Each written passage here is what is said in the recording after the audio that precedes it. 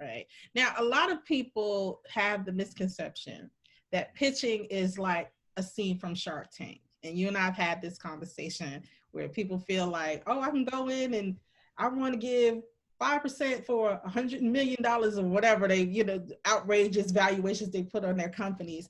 Talk a little bit about before going in for that pitch, how people need to really hone in on their valuations. Because I think that's a big gap that people are missing, and hopefully we will discuss that in the pitch clinic. But this is something that people, I guess, emotionally put a price or evaluation on their business. So talk a little bit about what to expect when they get to that valuation question in the pitch.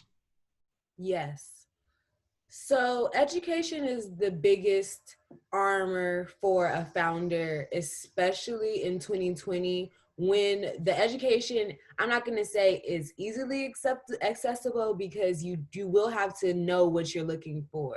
But the information is out there once you know what you're looking for, right? So bringing that back to the financing portion of startups and the deal process, you can understand how much equity you're giving away. You can understand what valuation you're supposed to be at. But the most important thing to understand is the market overall, and where do your competitors sit? Because that's where you will find your valuation. Because ultimately, honestly, the valuation is a number. It's a number that you pay the accounting firm to do for you. At the same time, you as a founder, I'm like, me as a cheap founder, I'm going to be like, okay, who are the companies in my market that are successful? How much are they raising from investors? How much are they being sold for?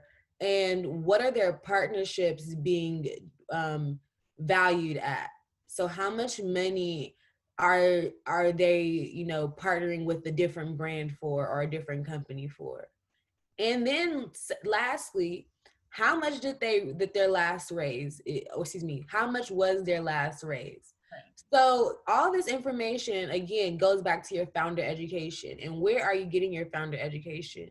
Is it a standard place? Like, you're going to go into education that is more sector specific, but knowing the general startup information landscape is going to be helpful. So when I talk about learning what the past raises were from founders or from startups, going on places like Crunchbase or even angel.co, so you can understand what is the market doing right now, or even signing up for newsletters that are in your industry, so you can see what are the financial happenings. Because if you don't know the financial happenings of your competitors, it's difficult for you to know your own, or to have context for you to make your own valuation. Because like I said, it's kind of a made up number.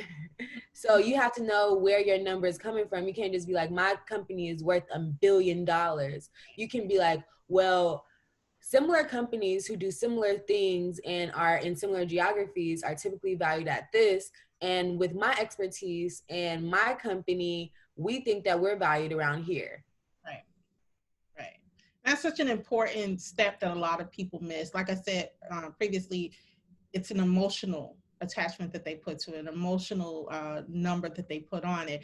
Yeah, everybody wants their company to be worth $12 million, saying, hey, it's worth $12 million. Can you give me $2 million venture capital? And it doesn't work that way. And I think that while I love the show Shark Tank, and I have been deemed the Shark Tank, what was it? Shark Tank armchair analyst is what someone called me on Twitter.